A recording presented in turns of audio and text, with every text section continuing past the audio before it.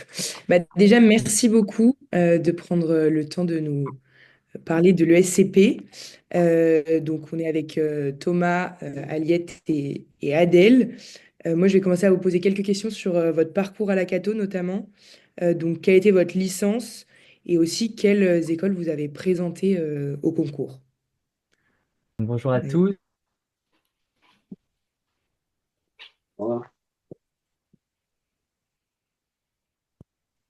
Donc moi, j'ai fait une licence économie-finance et j'étais pris en Suède. Et ensuite, en école, j'ai candidaté à l'ESCP, l'EM Lyon, l'EDEC et Schema en école de commerce. Puis après, Dauphine et la Sorbonne en université. Donc moi c'est Aliette. Donc j'étais en licence de gestion en classe sup et j'ai candidaté en école à l'ESCP, l'EDEC, l'EM, Schema et des masters à Dauphine. Et moi, du coup, c'est Adèle et j'ai candidaté à l'ESCP, l'EDEC, l'EM, Schema et je crois que c'est tout. Peut-être à Dauphine, mais c'est tout. Ok, merci beaucoup. Ma deuxième question, c'est une question qui intéresse pas mal de monde. C'était quoi vos scores au Taj Mahal et au TOEIC? Et est-ce que vous pensez qu'il y a un score qui était un peu un score cible, en tout cas durant votre année, enfin votre année d'admission? Et aussi, est-ce que vous vous souviendrez de vos moyennes et de vos classements à la Cato pour aider un peu nos étudiants à visualiser comment vous vous positionnez? Moi, j'ai eu 393 au Taj Mahal et 975 au TOEIC. Après, est-ce qu'il y avait un score? Nous, c'était une année un peu spéciale, comme je pense que vous le savez. On était énormément à être pris. Donc, je pense qu'on était une bonne quarantaine de la Cato entre gestion, IEG et Ecofi, donc énorme. Donc, il y en a, je sais, qui sont passés avec 320, mais globalement, il faut au moins 350, je pense. Après, je sais pas, les filles, est-ce que vous en pensez des années précédentes? Mais je pense que c'est ça. Et puis, au TOEIC, viser le 380, enfin le 990, quoi. Donc, plus on s'en rapproche, le mieux on est. À la Cato, en première année, j'étais quatrième. En deuxième, j'étais en échange, donc pas de classement. Et ensuite, en troisième année, j'étais neuvième. Et en moyenne, ça devait être autour de 15, 15 et demi, un truc comme ça, je pense. Pour ma part, donc avec Adèle, nous on est la promotion d'avant, donc enfin un an avant Thomas. On était 10 à être pris de la Cato, donc un peu moins, mais c'était déjà beaucoup pour notre année, parce que les années d'avant, il y avait eu que 4 ou 5 prix. Voilà, juste pour que vous sachiez.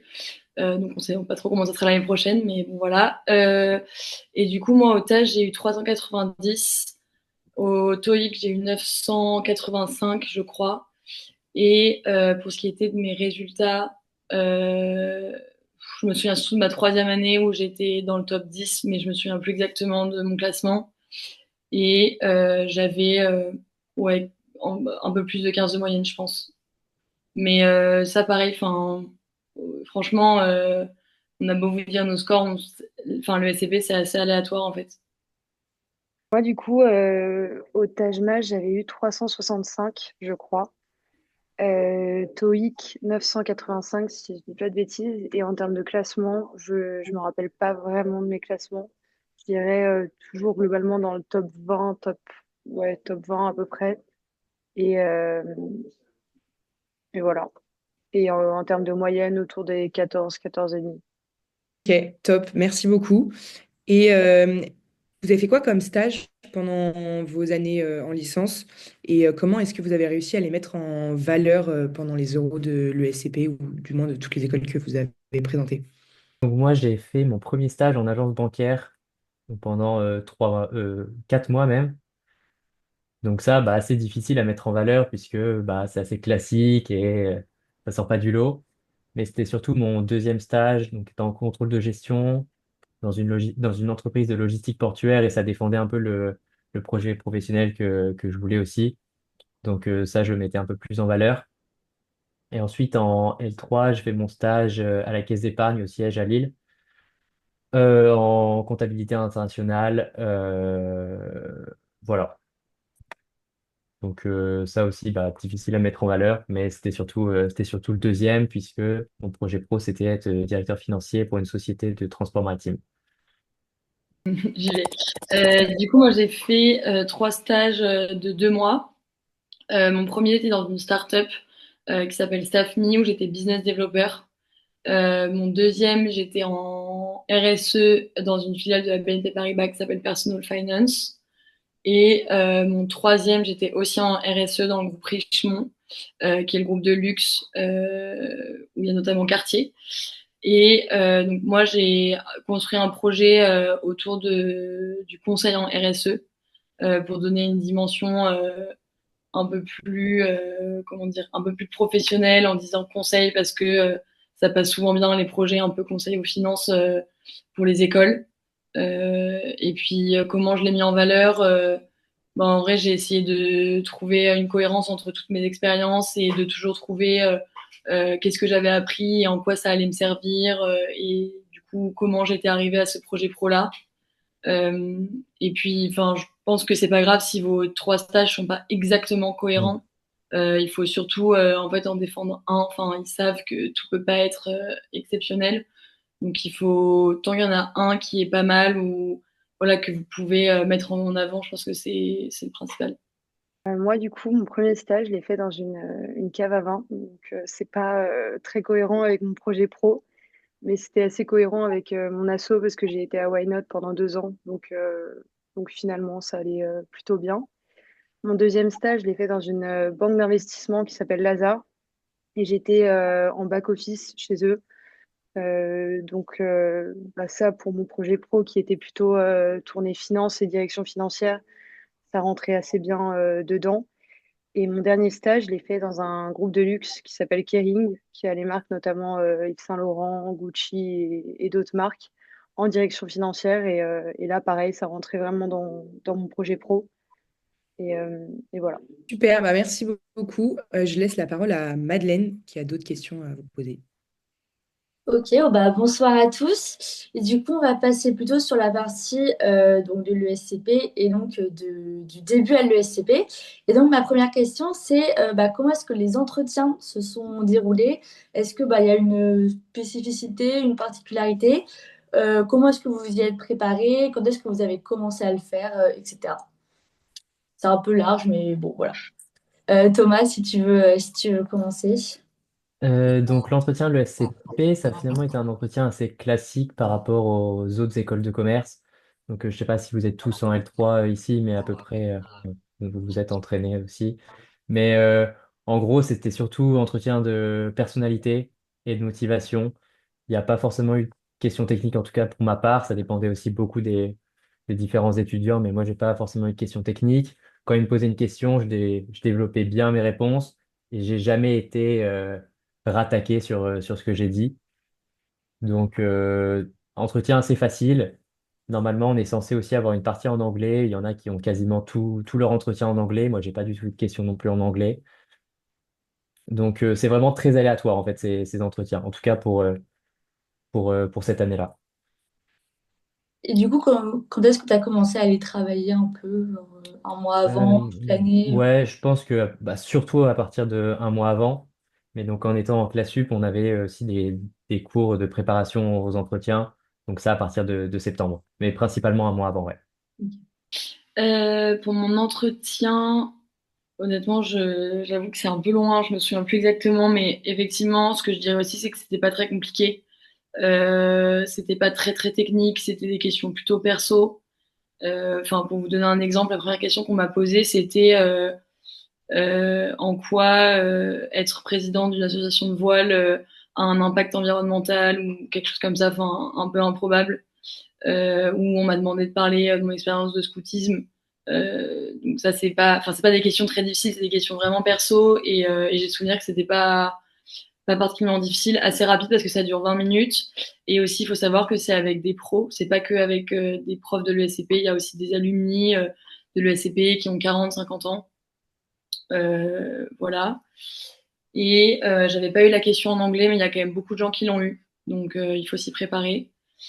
Et pour ce qui est de la préparation, bah, moi je m'étais préparée toute l'année avec les cours de Madame Hubert en classe sup qui nous prépare vraiment bien et souvent enfin, la préparation est plus difficile que l'entretien in fine parce que Madame Hubert nous pousse beaucoup dans nos retranchements. Donc, euh, donc voilà, et ça pour la préparation, moi je conseille vraiment de contacter des alumni de la Cato ou juste des pros qui ont le projet professionnel qui vous intéresse parce que c'est eux qui en parlent le mieux et donc c'est comme ça que vous en parlerez le mieux. Enfin moi c'est vraiment ce que j'ai fait pour pouvoir construire mon discours sur le projet pro en tout cas. Voilà. Et ça du coup je l'ai fait un peu toute l'année parce que enfin voilà. Bah alors moi, du coup, mon entretien, j'ai eu beaucoup de questions. Enfin, en fait, un des alumni qui me faisait passer l'entretien avait été expatrié à Hong Kong et j'avais fait mon échange là-bas. Donc, moi, la moitié de mon entretien était tourné sur ça et notamment sur la géopolitique là-bas parce qu'il y avait un peu un contexte compliqué. Donc, ça, en vrai, c'est pour tous ceux qui ont fait des échanges, c'est assez important de bien se renseigner sur le contexte politique dans le pays et sur tout ce qui s'y passe, parce qu'ils peuvent quand même poser des questions assez pointues sur le sujet. Et sinon, après, il m'avait posé pas mal de questions plus personnelles, des questions un peu particulières. Genre, il m'avait beaucoup posé de questions sur le fait que je sorte à Lille, où est-ce que j'allais en soirée. C'est des questions où tu sais pas vraiment quoi répondre. Mais du coup, il faut s'y préparer un peu aussi à ce type de questions. Et pour m'y préparer, je pense que j'avais fait un peu comme Aliette et Thomas. Les cours de Madame Hubert avaient beaucoup aidé parce qu'elle prépare vraiment bien. Et après, j'avais contacté pas mal d'amis de mes parents et de membres de ma famille qui étaient soit en école de commerce, soit juste dans le domaine du commerce et qui m'avaient fait passer des entretiens blancs pour m'entraîner un petit peu. Plus, bah, une fois que vous avez été pris, est-ce que vous pouvez nous parler du coup bah, du parcours que vous suivez actuellement, donc de votre master, bah, les cours que vous avez, ce qui vous plaît ou qui vous plaît moins, et le rythme un peu par rapport à la Cato. Bah, Adèle, si tu veux continuer. Oui. Alors, du coup, moi et Aliette aussi a fait la même chose que moi, mais on a fait le premier semestre à Paris. Donc, le premier semestre, c'est des cours assez, enfin, en fait, c'est imposé pour tous les campus. C'est des cours généraux sur globalement finance, compta, marketing, RH. Tu as un peu de tout. Donc, c'est très général. Donc, en termes de volume horaire et même de travail à fournir, je ne sais pas si Thomas et Aliette seront d'accord avec moi, mais ça demande quand même beaucoup moins de travail qu'à la Cato. Ouais. En termes d'horaire, je pense qu'on est plus sur du 20 heures par semaine, je dirais, voire même un peu moins à certains moments. Donc, comparé à la Cato, c'est vraiment pas beaucoup. Mais voilà. Et après, moi, j'ai pris une spé à Madrid qui s'appelle Business Consulting. Et là, je pense que j'avais encore moins de cours qu'au premier semestre à Paris. Et globalement, ça dépend des spé. En fait, il y a des spé qui sont très intéressantes et je pense qu'ils demandent beaucoup de travail, notamment certaines spécialités en finance qui ouais, demandent pas mal de travail et où il y a beaucoup d'heures de cours. Mais il y a beaucoup de spé un peu plus générales qui vraiment, enfin, il y a très peu d'heures de cours et même les examens sont pas très compliqués. Donc c'était quand même assez différent de la Cato sur ça. Je pense que la Cato demandait un peu plus de régularité et de travail que le SCP. Et là, du coup, tu es sur Paris, t'en as de césure, Ouais. Du coup, je suis en année de césure, donc depuis septembre, et j'ai fait du coup 2 stages. Enfin là, j'en suis à mon deuxième stage. Voilà. Ok, très bien. Bah, du coup, Thomas, si tu veux continuer, parce que je crois que t'es pas en année de césure. Non, moi je suis donc en première année. Moi j'ai fait mon premier semestre à Madrid. Donc en fait, pour ceux qui ne connaissent pas, il y a plusieurs campus à l'ESCP. Donc il y a Paris, le principal. Il y a aussi Londres, Berlin, Turin, Madrid et Varsovie en Pologne. Et donc on peut choisir pour le premier semestre d'aller où on veut et puis on suit tous les mêmes cours. Donc moi j'ai été sur le campus de Madrid. Effectivement, on n'a pas beaucoup de cours. C'est assez tranquille. Il faut bosser pour les examens, mais franchement, c'est Turin en spécialisation investment banking, donc une spécialisation en finance où là je dois plus bosser que le semestre dernier. Et effectivement, j'ai des semaines plus chargées que le semestre dernier et il faut fournir du travail perso. Mais c'est super intéressant et c'est top. Et aussi, ce que je peux rajouter sur le SCP, c'est ce qui est vraiment cool, c'est que tous les semestres, en fait, on peut changer de campus. et on peut voir en fait quatre différents pays. Donc ça c'est vraiment top. Et du coup, même si c'est une école de commerce française, les cours à Turin, par exemple, ils sont en anglais. Oui, Ok, ouais. Enfin, c'est quasiment partout en anglais. Il y a quelques spécialisations où on peut choisir, par exemple, à Madrid, je crois qu'il y a quelque chose en espagnol. Et à Paris, il y en a quelques-unes aussi en français, mais sinon, c'est principalement toujours en anglais. ok. Ouais, du coup, moi, j'ai fait le même parcours qu'Adèle, donc premier semestre à Paris. Et là, d'ailleurs, pour le premier semestre, vous avez le choix quand vous êtes à Paris de le faire soit en français, soit en anglais. Euh, bon, voilà, c'est vraiment comme vous voulez parce que les deux sont aussi bien en soi.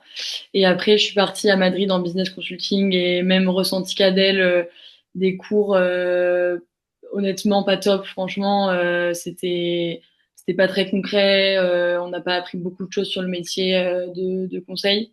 Mais en fait, ça dépend vraiment des spé et des campus. Par exemple, le campus de Londres et de Paris sont connus pour être des campus un peu plus bosseurs que Madrid où les gens ils vont plus pour faire la fête, honnêtement. Même s'il y a l'aspect finance à Madrid et que les gens en aspect finance à Madrid bossent, mais voilà, enfin, il y a un peu des ambiances selon les campus et du coup, c'est vrai que ça permet, comme disait Thomas, chacun trouve ce qu'il veut. Et aussi, il faut savoir que même s'il y a des campus à l'ESCP, vous pouvez faire un échange en M2. Euh, voilà, il y a cette possibilité-là.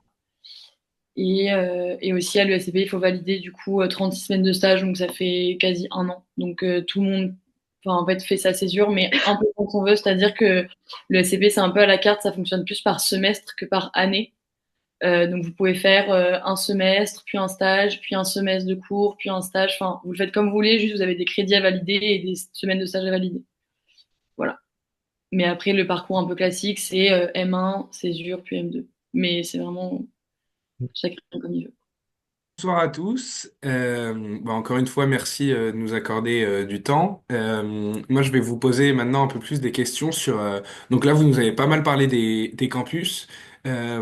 Typiquement, en première année, comment est-ce qu'il se fait le choix du campus? Euh, Est-ce que c'est vous qui le demandez dans vos vœux? Ou est-ce qu'il y a une première pré-spécialisation à faire? Ou alors, justement, c'est un tronc commun et on vous envoie un peu partout? Thomas, peut-être si tu peux commencer comme tu es Euh, en L1. donc, on peut choisir le campus qu'on veut. Donc, quand on est pris, je sais pas, on a un email et puis on choisit sur un Google Form où est-ce qu'on a envie d'aller. Donc, moi, j'avais mis Madrid, mais on peut ne pas être pris en soi si tout le SCP demande d'aller à Madrid. Donc, ce sera les meilleurs qui iront à Madrid. Donc, les meilleurs, c'est en fait impossible de savoir qui est meilleur puisque donc c'est les notes d'entretien, les notes de dossier, tout ça, mais on n'a pas accès à ces notes, on n'a pas notre classement. Donc en fait, on sait pas trop comment se positionner. Et donc c'est pareil pour la première spécialisation. Donc on l'a choisi et puis on est un peu, on est choisi en fonction de notre note de dossier aussi, qu'on ne connaît pas. Donc certains n'ont pas du tout de spécialisation ou pas celle qu'ils veulent. Dans le sens où on a cinq choix, on peut faire les cinq choix, mais si c'est cinq spécialisations qui sont très demandées, ben, on se retrouve avec une spécialisation qu'on n'a pas forcément choisie. Donc, euh, donc voilà. Je sais pas si ça répond à la Oui, question, mais super. en gros, on choisit son campus, ouais. Et dans le cas où typiquement tu as fait cinq choix, t'es pris dans aucun de tes cinq choix, est-ce que déjà ça arrive et est-ce que si ça arrive pas, on te dit bon bah voilà, il reste ces choix, ces spécialités-là, tu peux choisir parmi celles-ci? C'est ça exactement. Là, j'ai des amis qui sont dans ce cas-là. On choisit cinq, et notamment investment banking ou corporate finance, qui partent très vite et c'est priori. Enfin, les M2, en gros, sont prioritaires. Donc, quand on est en M1, c'est pas forcément facile de les avoir. Et donc, ils ont reçu un mail. Bon, vous avez ces spécialisations, mais c'est un peu des spécialisations un peu nulles, rejetées par tout le monde. Donc, ils sont forcément déçus. Mais voilà. Super, merci. Et Du coup, pour les spé de M2, c'est le même processus que pour le M1. Après, comme disait Aliette tout à l'heure, on peut choisir aussi de partir à l'étranger en échange. Donc ça, c'est un choix en plus. Mais en fait, c'est le même fonctionnement et on va être pris selon notre percentile. Qu'en fait, c'est un classement sur 100%. On va avoir aux 2 semestres, donc au premier et au deuxième semestre, et en fonction de toutes nos notes, ça va de 0 à 100%. Et si vous êtes à 100%, vous êtes premier de la promo. Si vous êtes à 0, vous êtes le dernier. Et globalement, bah, la spécialité où tu vas être pris à partir de tes choix, ça va être selon ton classement. Un peu enfin, comme à la Cato, D'accord. par exemple, pour les échanges. Quand tu demandes une destination très demandée, c'est sûr que si tu as des bonnes notes et un très bon classement, tu vas être pris en premier. Et après, ça se fait ainsi de suite. Je crois que tu fais un classement de 10 choix de spécialités Ok. que tu demandes. Voilà. Et ce pourcentage de 100, enfin, si t'es premier, t'as 100%, si t'es dernier, t'as 0%, ou enfin, est-ce que c'est du coup en soi un classement, ou est-ce que c'est fait par rapport à tes notes, enfin, si t'es premier dans cette matière, t'as 100%, et ainsi de suite? Une moyenne générale, on va dire que c'est comme à la Cato pour les classements. Si tu fais la meilleure moyenne est à 16, celui qui est à 16 va avoir du coup 100%, et après ça va de manière dégressive. Et non, c'est pas par manière. J'ai du mal à parler. C'est pas par matière, c'est une moyenne globale selon les coefficients aussi de chaque matière. Non, rien à ajouter. Enfin, si ce n'est qu'il faut pas trop se prendre la tête sur les SP parce que, in fine, vous serez tous diplômés du même master. Et, euh, et pour les recruteurs, enfin, c'est pas l'SP qui compte le plus, c'est surtout le diplôme en tant que tel. Bon, après, pour les SP finance, c'est un petit peu différent parce que elles sont d'un meilleur niveau et plus réputées. Et voilà, mais sinon, pour le reste, faut pas trop se prendre la tête non plus, quoi. Vous nous avez dit que pour compléter votre programme à l'ESCP, il était nécessaire d'avoir effectué 36 semaines de stage. Est-ce que vous pouvez nous expliquer comment s'articulent ces stages et les départs à l'étranger? Notamment, Adèle, tu nous as dit que tu étais en césure. Est-ce que vous pouvez un peu plus développer sur le fait de bah, quand est-ce qu'on peut faire la césure, quand ont lieu nos stages? Etc. Du coup, Adèle, peut-être que tu peux commencer. Ouais, bah, du coup, avec Aliette, on est dans la même année. Donc là, on est toutes les deux en césure bah, Aliette a commencé en mai. Enfin, je la laisserai peut-être parler après sur son stage. Mais moi, du coup, j'ai commencé en juillet mon premier stage. On a fini les cours à Madrid, je pense, fin avril. Donc, ce qui m'a laissé quand même 2 mois de vacances. Et après, j'ai fait un premier stage de juillet à décembre. Et là, je viens de recommencer un autre stage qui dure de janvier jusqu'à fin juin. Donc, c'est 2 fois 6 mois. Après, il y a d'autres personnes que je connais qui ont fait, comme le disait Aliette, un seul semestre, qui reprennent les cours et qui vont refaire un semestre de stage après. Ça peut s'articuler vraiment comme vous le voulez. Mais c'est vrai que moi, je trouvais ça assez logique d'enchaîner les 2 fois 6 mois de stage comme ça. Bah, t'enchaînes tout d'un seul coup et c'est ce que font la plupart des étudiants. Mais ça s'articule un peu comme on veut. D'accord. Et Voilà. en termes comment dire, de, enfin, vos stages, vous les avez trouvés. Est-ce que vous ressentez une différence avec, j'imagine, la Cato, le fait d'être à l'ESCP, est-ce que vous avez pu trouver des stages en candidatant ou est-ce que vous passez par le réseau? Est-ce qu'il y a un réseau d'alumni à l'ESCP qui vous permet d'avoir accès plus facilement à des stages? Alors, il y a plusieurs choses. Déjà, la recherche de stage de la Cato, c'était vraiment différent parce que c'était pas des stages de 6 mois. Donc, concrètement, sur le marché, il n'y a pas d'offre de stage de moins de 6 mois. Enfin, du coup, déjà, quand vous allez commencer à chercher des stages, et ça compte pour toutes les écoles, hein. Enfin, honnêtement, c'est pas que pour le SCP. Vous allez aller sur des sites où il y a plein d'offres, que ce soit donc il y a un site interne à l'ESCP qui s'appelle ESCP Job Teaser. Et ça, globalement, toutes les écoles de commerce l'ont. Juste, chaque école a ses propres offres ou ses propres partenariats avec certaines entreprises. Donc, enfin, voilà. Et après, sinon, il y a des sites d'offres de stages publics que vous connaissez sûrement, Welcome to the Jungle, Indeed. Il y a LinkedIn aussi qui fonctionne très bien. Donc, franchement, ça dépend des gens. Il y a des gens qui fonctionnent beaucoup par réseau et donc qui ont trouvé tous leurs stages par réseau parce qu'ils ont un bon réseau et que ça fonctionne très bien comme ça. Donc réseau, quand je dis réseau, c'est réseau perso, famille, amis. Et ensuite, on est aussi plein à avoir trouvé via des offres de stages publics. Enfin, moi, mes 2 stages, je les ai trouvés sur Welcome to the Jungle. Euh, et aussi en parlant avec des gens. Et ensuite, est-ce qu'on est aidé en étant à l'ESCP? Alors, bah déjà, il y a quand même ESCP Job Teaser qui recense vraiment beaucoup d'offres. Et ça, c'est pas mal. Et puis ensuite, bah, en fait, vous allez être aidé parce que sur votre CV, il y a écrit le SCP. Donc, forcément, le recruteur, c'est un gage de confiance. Donc, vous allez passer plus de screening que d'autres écoles. Mais ensuite, ça changera pas tout non plus, enfin toutes les tournures des entretiens ensuite, quoi. C'est surtout pour le screening que c'est vraiment utile. Et enfin, je sais pas ce qu'Adèle et Thomas diront, mais enfin en tout cas moi c'est mon ressenti. Et puis effectivement, s'il y a des anciens ESCP dans l'entreprise, ça peut aussi aider parce que bah entre anciens et entre étudiants d'une même école, et bah souvent on s'aide. Mais tout ça, ça marche aussi pour les DEC, l'EM, Schema, pour toutes les écoles.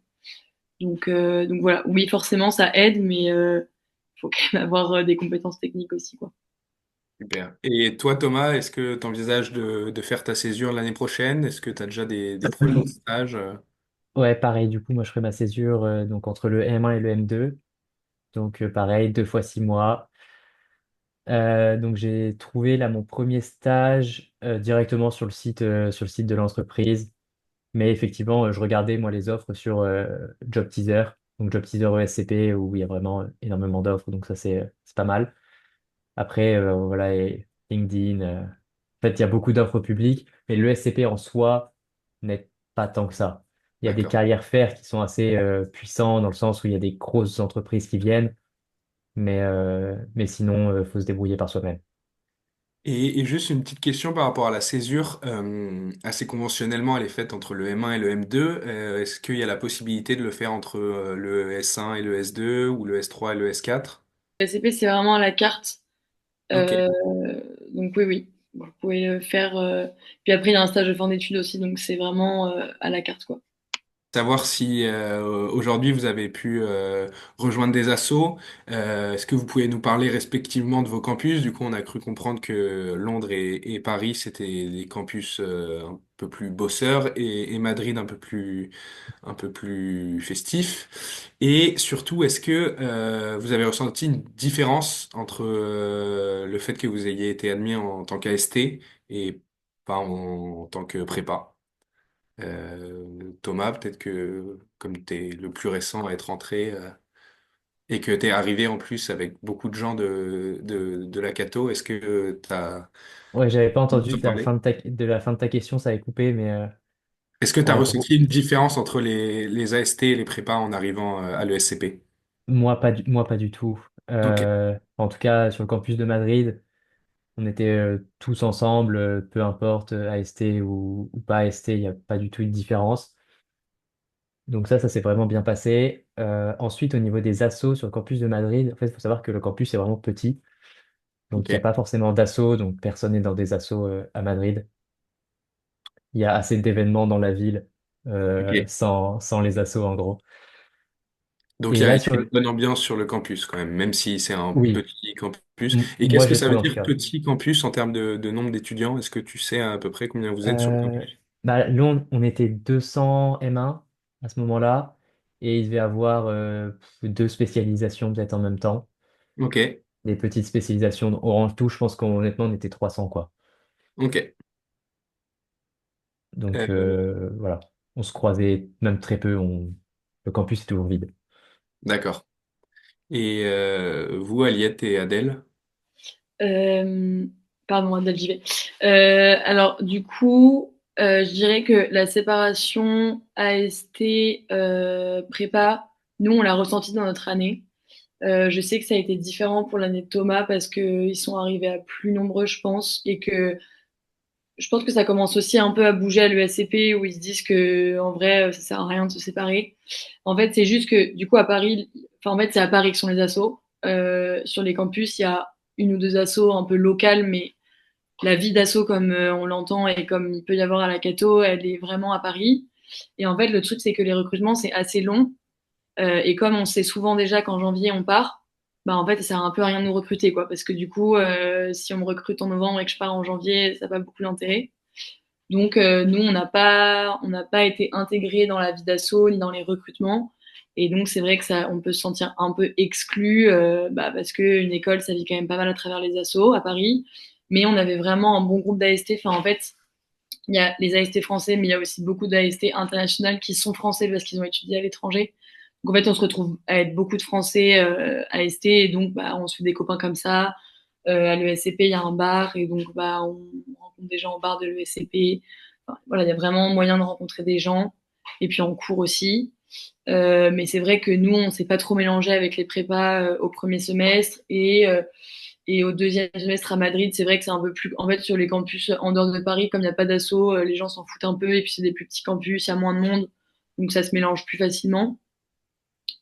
Euh, voilà. Et je sais pas si j'ai oublié de dire un Non, truc, non, mais c'est assez clair. Tu nous as bien parlé de enfin du campus, de l'ambiance sur les campus. Peut-être qu'Adèle a quelque chose à rajouter. Non, bah en vrai, moi, c'était vraiment comme Aliette. J'ai eu le même ressenti qu'elle sur l'intégration. Et non, après, je pense que j'ai trouvé juste par rapport au campus, je pense que le fait de partir à l'étranger fait aussi qu'on se rapproche un peu plus avec enfin, des gens. Parce qu'en fait, le truc, c'est que sur le campus de Paris, les trois quarts des gens, enfin, il y en a quelques-uns qui viennent pas de Paris, mais on va dire que dans les AST, il y en avait quand même beaucoup qui venaient de Paris.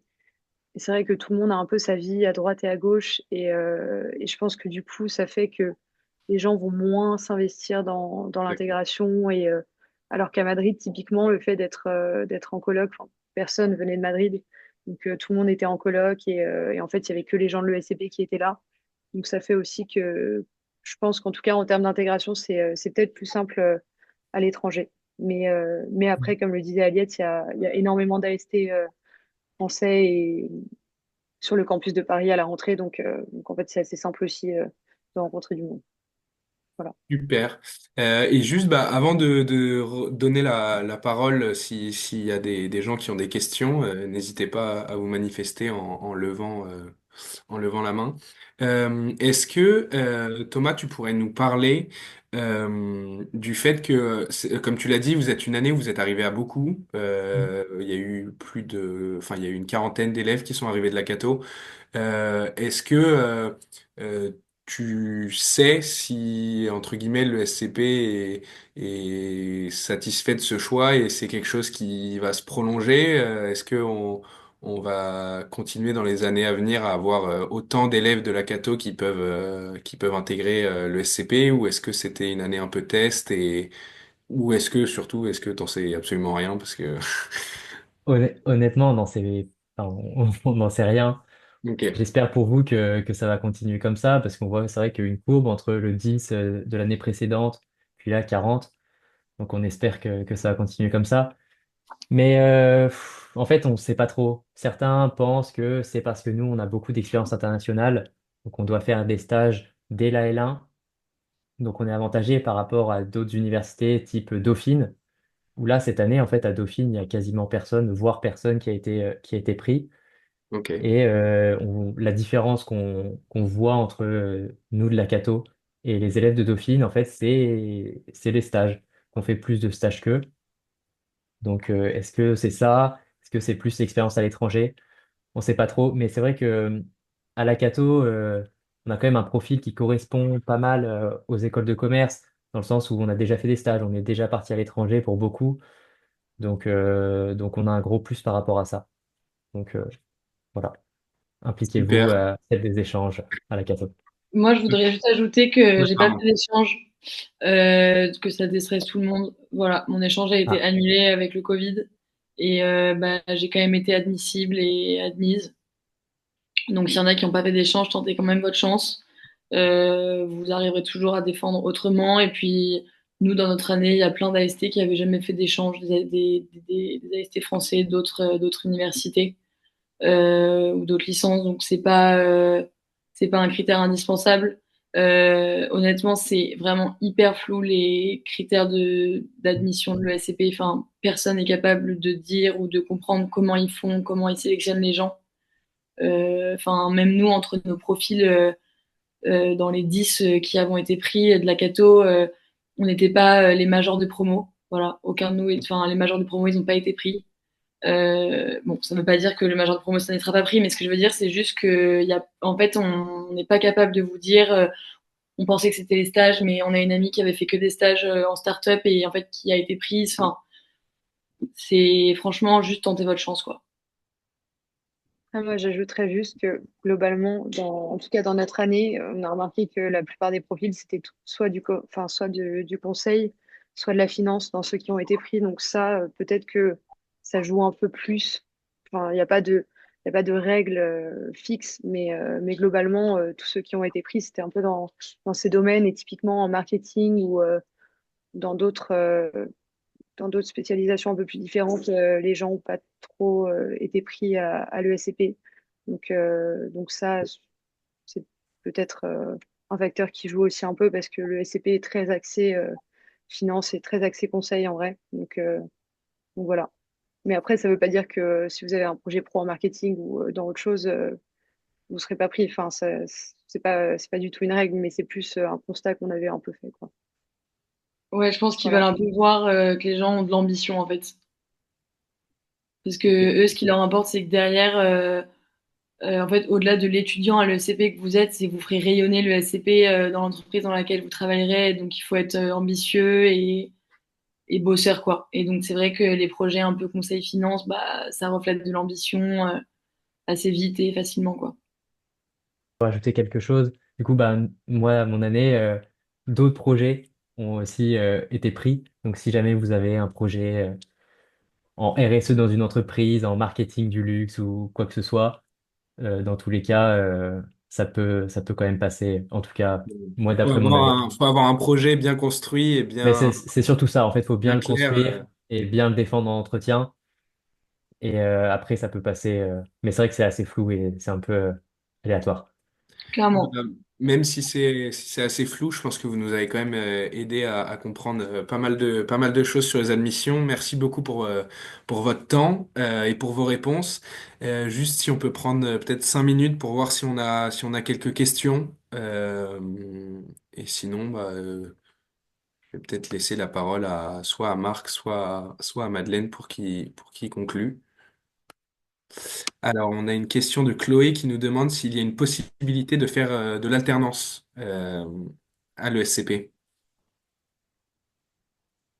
Je peux répondre. Du coup, oui, c'est possible de le faire soit dès le M1, donc sur 2 ans, ou sinon, il y a des gens qui décident de le faire que sur la dernière année, que sur le M2. C'est un peu, encore une fois, un peu à la carte. Donc, je pense pas que ce soit possible juste pour le M1, mais je sais pas. Mais en tout cas, je sais que ça peut être fait soit sur les 2 ans, M1 et M2, soit que sur le M2. Voilà. Et vous pouvez partir à l'étranger avec l'alternance. Parce que, Adèle, tu me diras si je me trompe, mais leur système d'alternance, c'est 4 mois ou 5 mois entreprise et 1 mois de cours. Et donc, par exemple, les alternants, quand nous on était à Madrid, ils faisaient tout le mois de mai à Madrid. Et nous, enfin nous du coup, en tant que master normal, on faisait janvier-avril. Et eux, en fait, ils étaient en entreprise de janvier à avril et ils avaient 1 mois en mai de cours où du coup c'est ultra condensé. Voilà. Super, je pense que vous avez assez bien répondu, assez clairement à la question. Bon, bah, du coup, merci beaucoup d'avoir pris quand même 3 quarts d'heure pour nous, donc ça nous a bien aidés. Et pour tous ceux qui nous écoutent ce soir, on se dit à mercredi pour Dauphine et ce sera notre dernier Meet and Talk. Donc moi je vous dis merci et à bientôt. Merci beaucoup, bon courage. Merci. Merci. Et si je peux juste rajouter quelque chose aussi, si vous avez des questions sur le SCP ou quoi, ou sur notre parcours, je pense que vous pouvez nous contacter sur LinkedIn. Avec plaisir, on vous répondra.